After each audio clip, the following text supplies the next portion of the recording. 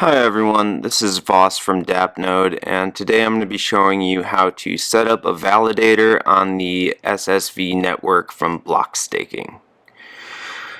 The first thing you're going to want to do is open up whatever browser you use. I use Brave, and go to ssv.network.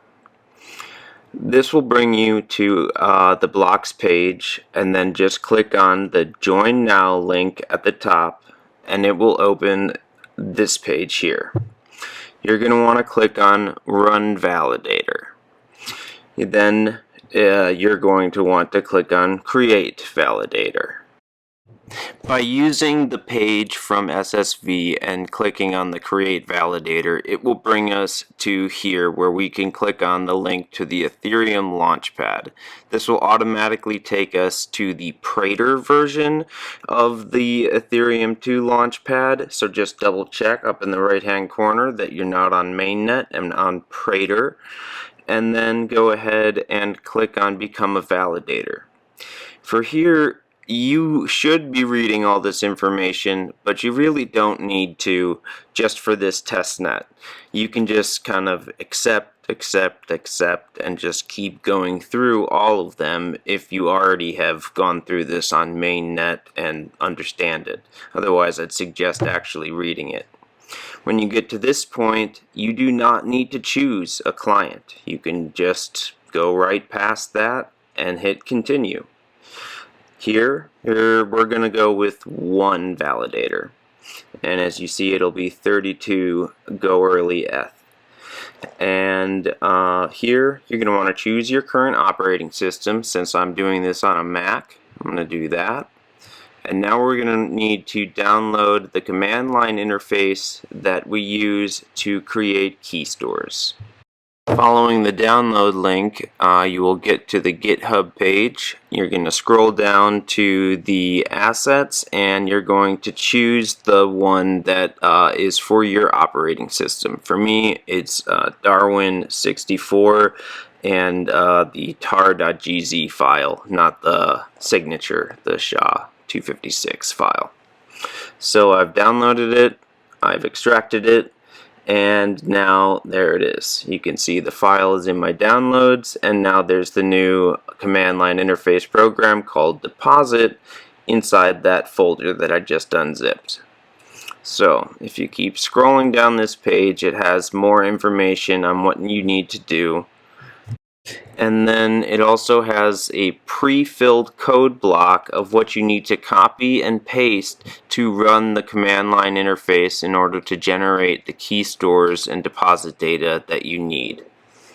So you're going to open up a terminal application, whichever one you use, and you're first going to navigate to the directory that you have downloaded the command line interface tool. For me, that's downloads, and then within my downloads folder there's the folder for it, and then within that there is the executable file that you are going to run in the terminal. So once you're in the folder that is enclosing that executable, you're going to paste in that code block from the page and then run it. This is going to start off asking you for the language for your mnemonic, and also it's going to ask for your password that you're going to want to secure your key stores with. You're going to want to remember all this information and write this down and make sure you keep it. I'm not following best practices here in this video. This should be done generally on an air-gapped machine, no internet connection, and everything being kept offline. But for this situation, I'm just going to open up TextEdit and copy over the mnemonic and just keep it there. Now, as you go back and continue with the terminal here, it's going to ask you to, put in the mnemonic to make sure you copied it. So for me, I'm just going to, again, paste it, and now it is starting the process, and it's created the key stores and the deposit data. Press any key to exit the deposit CLI program, and now you can go to the directory that was holding that, and in there you should find a new folder called Validator Keys, and in there you will find your deposit data and your key store. So the next step here is to go back to the Launchpad. You're just going to go down. You should be reading everything, but check and continue. And now here you're going to upload the deposit data file only. So again, I'm going to navigate to the Validator Keys file, choose deposit data, and click open. Once it's uploaded, click continue. It's going to have you connect to your wallet now. I use MetaMask, and this is also assuming you have already gotten enough Go Early ETH in order to run a validator. So connect the account that has your Go Early ETH and make sure that you are on the Go Early network in MetaMask. This page shows that you have chosen that correctly, and then hit continue. There's another confirmation about how many validators you're going to do, and then you need to go through and click all of the checkboxes and double check all of these things. Again, I'm going through them quickly for the purposes of this tutorial, but as you continue, you will now get to the point where you confirm the deposit and make that deposit to the official deposit contract.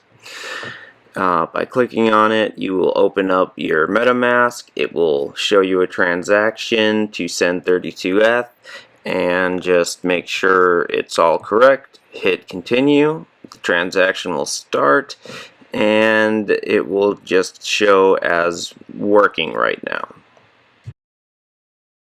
It'll take a little bit of time for the transaction to go through depending on the network conditions, and it will take even more time once the transaction is confirmed to show up in explorers specifically like Etherscan and Beacon Chain. Right away, now that it's done, if you click on the Beacon Chain link like I am now, it'll show no validator, but it's because it's still in the mempool. It'll show up very shortly afterwards. So now you're going to want to go back to the app on SSV, and instead of create validator, we're going to import a validator. Again, you're going to need to link your MetaMask and connect to an account that has some Go Early ETH in it.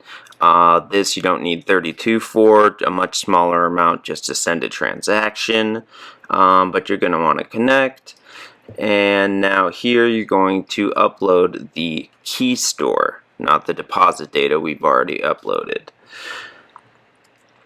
And so we're going to browse, and then right there, just the key store, and open it up.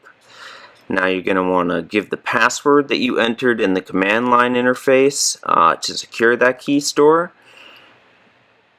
Once you've entered it, continue.